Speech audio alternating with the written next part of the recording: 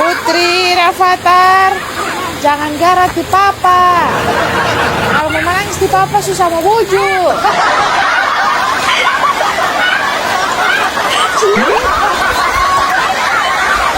Apa cerita?